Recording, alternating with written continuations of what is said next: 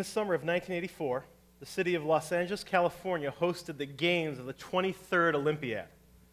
These were the first Summer Olympics to be held in the U.S. since 1932. Also, we were at that time 40 years into the Cold War, a period of tension and conflict between the United States and the Soviet Union, which heightened patriotism and nationalism across the country.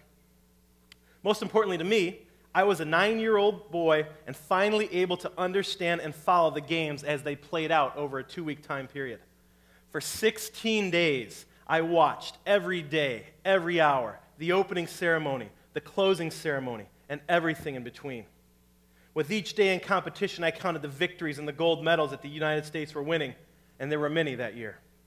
Every time we won a gold medal, the Stars and Stripes was raised, as you saw, and the national anthem was played. I would get goosebumps watching the athletes stand there, mouth the words, and my nostalgia for the games and for my country would only grow. Some of you might remember the highlights of that year if you were blessed enough to be watching or even alive at that time.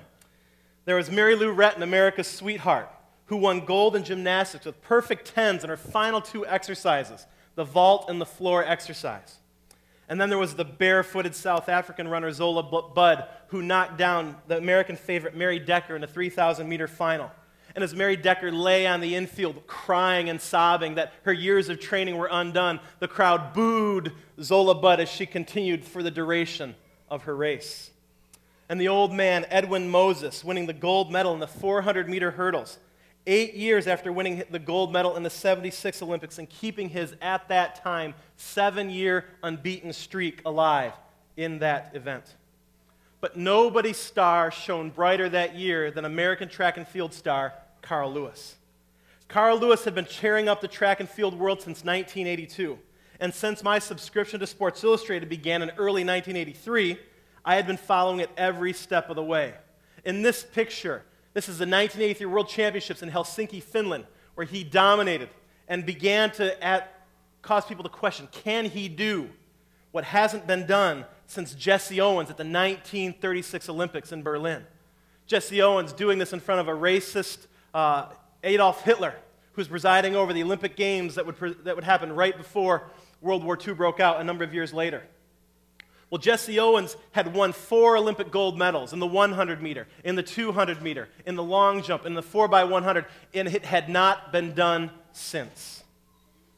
Well, as you saw in the video clip, the final race of the Olympic Games and the final piece of Carl Lewis's puzzle, Americans won gold in the 4x100, and Carl Lewis won 4 gold medals in those 4 events. It has not been done since. Well, as is the case every 4 years, another Olympics is upon us.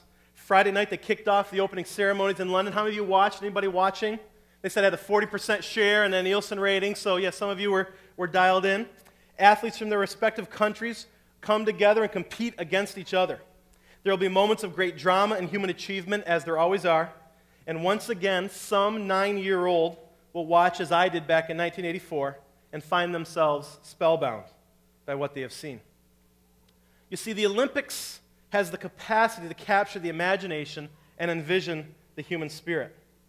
And it's only fitting that as we watch the games, cheer on our countrymen, and recognize the Olympians who have worked so hard, achieved excellence in their field, and shown incredible determination in accomplishing what they have accomplished, that we also take time as followers of Christ to ask God, what would you have to teach us through these Olympic Games?